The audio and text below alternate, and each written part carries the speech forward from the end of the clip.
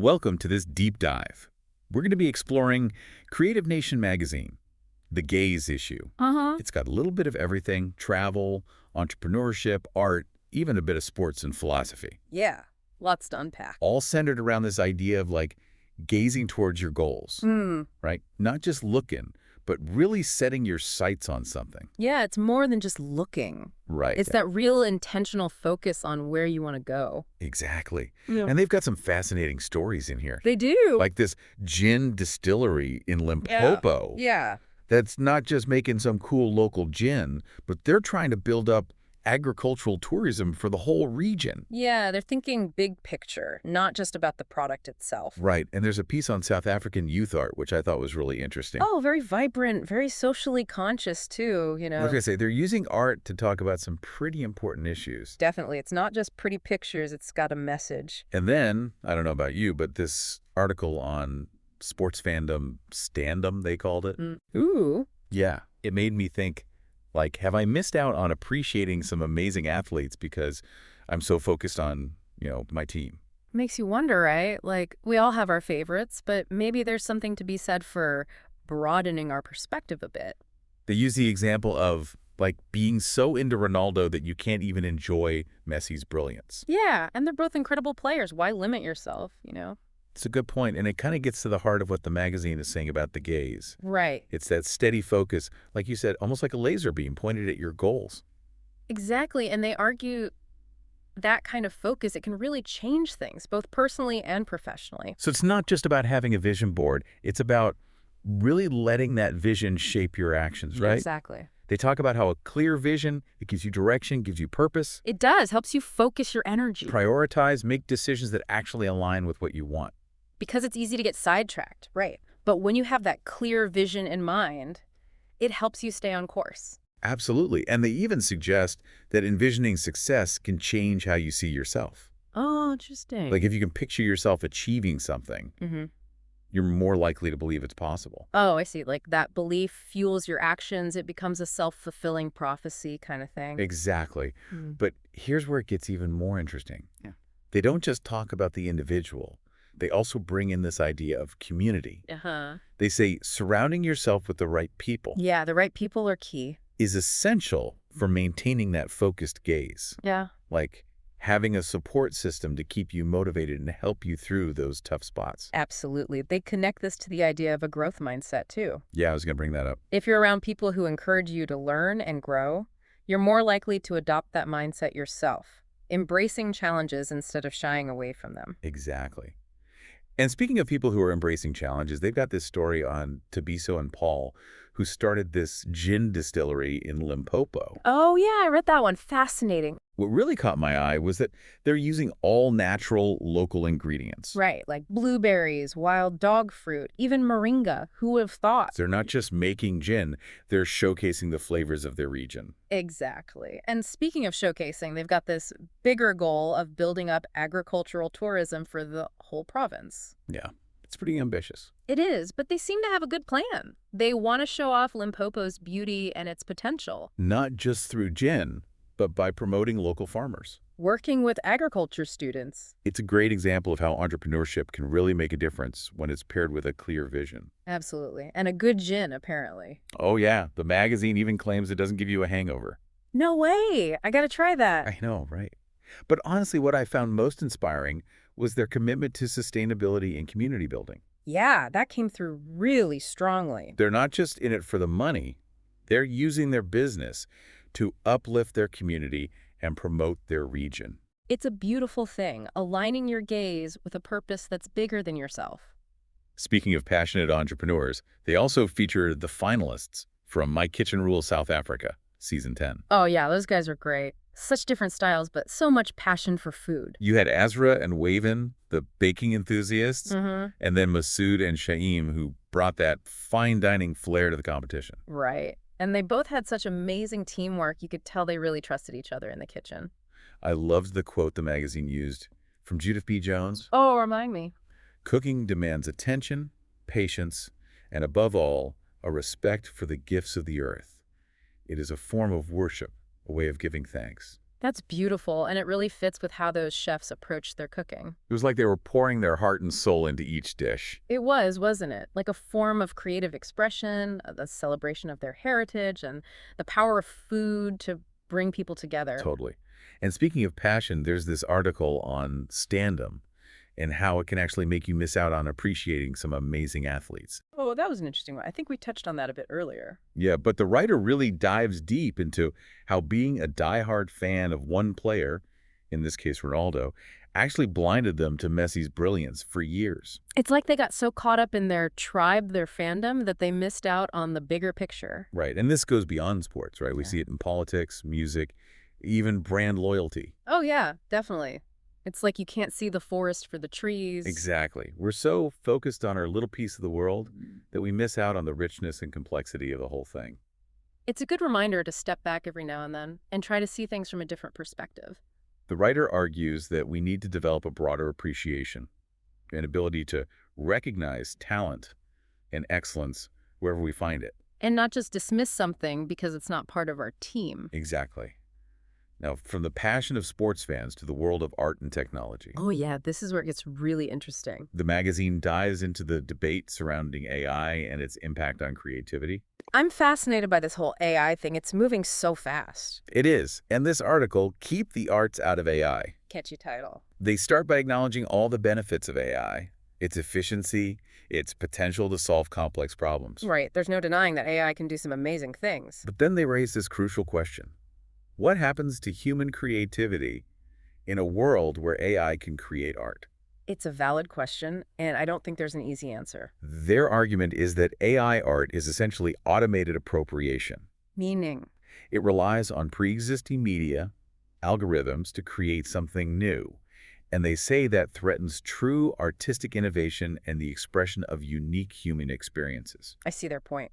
If AI can create anything we ask for, does that devalue the human struggle, the emotional depth that goes into creating real art? That's the question, isn't it? Yeah. It really makes you think about what creativity really is and what role technology should play in our lives. It's a complex issue with valid arguments on both sides. For sure. Some people argue that AI can actually enhance human creativity Awesome. by providing new tools and possibilities. Like, imagine being able to collaborate with an AI to bring your wildest artistic visions to life. I could see that. But others worry that it'll lead to a kind of homogenization of art. Everything looking and sounding the same because it's all been generated by algorithms. Right, it's a debate that's not going away anytime soon, especially as AI keeps getting more advanced. Definitely something to keep an eye on, both the potential and the pitfalls. Absolutely. So that's just a taste of what Creative Nation magazine, the Gaze issue, has to offer. Lots to think about. And we'll be diving deeper into some of these topics in the next part of our deep dive. Can't wait. It really is. And speaking of looking ahead, there's this piece on finding your North Star in the magazine. Oh yeah, that one stuck with me. Yeah. It's about aligning your gaze, not just literally, but metaphorically. Right, aligning it with your purpose. Exactly. They suggest everyone has this guiding principle, this internal compass that points you towards what really matters. They do, and they offer some good questions to help you figure out what your North Star is. Like what? Well, things like, what truly inspires you? What are you most passionate about? And how can you bring those passions into your daily life? It's about taking that time to reflect on your values, your aspirations. And then using those as a guide for your journey. What I liked is that they acknowledge it's not always a straight path. Oh, for sure. There will be obstacles, setbacks, maybe even detours along the way. That's life, isn't it? But the key is to keep your North Star in sight. Keep that focus. Let it guide you through the tough stuff. And what's interesting is how they connect this idea of finding your North Star with compassion and empathy. Oh, that's a good point. I hadn't thought about it like that. They argue that seeing the world through other people's eyes, understanding their experiences, can actually help you get a clearer sense of your own purpose. It's like that saying, to walk a mile in someone else's shoes. Exactly.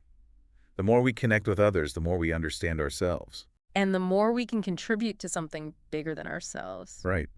And speaking of connecting with other cultures, there's this amazing travel piece on Lisbon. Oh, Lisbon. The magazine makes it sound so enchanting. They really do, with the blend of history and modernity, the vibrant street life, the food. The architecture. They talk about the neoclassical buildings, all those grand columns and intricate I details. know, it sounds like stepping back in time. And of course, you can't talk about Lisbon without mentioning the food. Oh, the food. They rave about pastel de nata. Those little egg custard pastries. Yes. With the cinnamon on top, I'm practically drooling just thinking about them. And don't forget the pastel de bacalhau. The codfish fritters. Yeah, apparently those are a They must-try. make it sound so delicious. And they talk about how easy it is to get around Lisbon. With those iconic yellow trams. Tuk-tuks, even electric bicycles. So many ways to explore at your own pace. It's definitely go on my travel bucket list.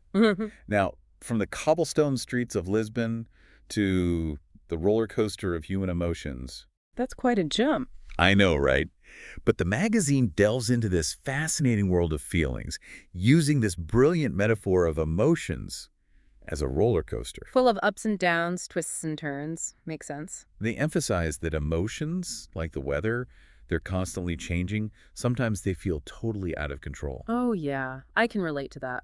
But the key, they argue, is to learn how to manage those emotions. Ride the waves without getting swept away. Exactly. They introduce this concept of emotional antidotes. Emotional antidotes. That's interesting. Like what? Well, for example, they say patience is the antidote to anger, Okay, I can see that. love is the antidote to fear, Makes sense. and understanding is the antidote to jealousy. It's like a toolkit for dealing with all the messy stuff that comes with being human. Right. It's empowering, reminding us that we're not just victims of our emotions. We have a choice in how we experience and express them. Exactly.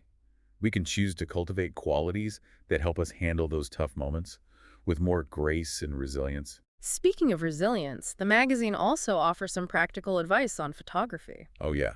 Even if you're not a pro, their tips can help you capture those special moments in a more meaningful way. What I liked is that they emphasize you don't need a fancy camera. Right. It's more about understanding the basics of composition, lighting. And most importantly, having fun and experimenting. They highlight the rule of thirds.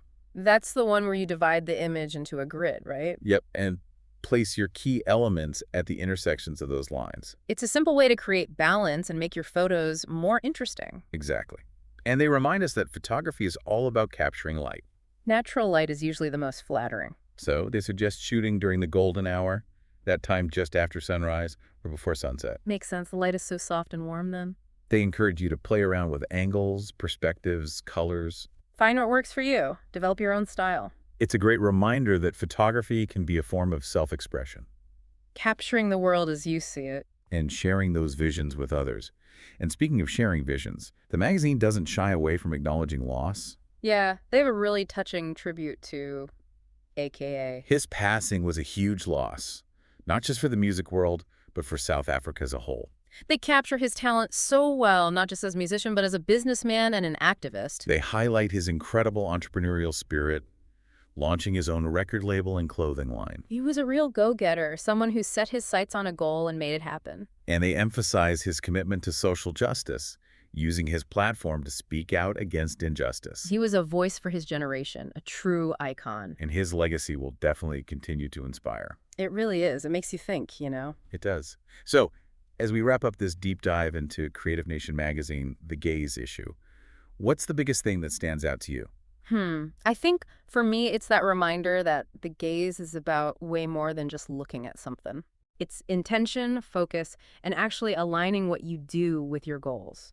Whether that's starting a business, learning something new, or just, appreciating the world around you. And it's not something you do alone either, right? Yeah. The magazine really emphasizes community, finding those people who lift you up and challenge you to be your best. Oh, absolutely. Like the Biso and Paul, the gin makers. It's not just about the gin for them. It's about their community, the whole region. Exactly. And thinking about that stand-up article, maybe stepping outside our usual bubbles could open us up to all kinds of new things to love and appreciate. Totally. Expanding those horizons, whether it's traveling to a new place or just exploring new ideas, cuisines, music, whatever. Speaking of travel, that piece on Lisbon had me ready to book a flight. It sounded incredible.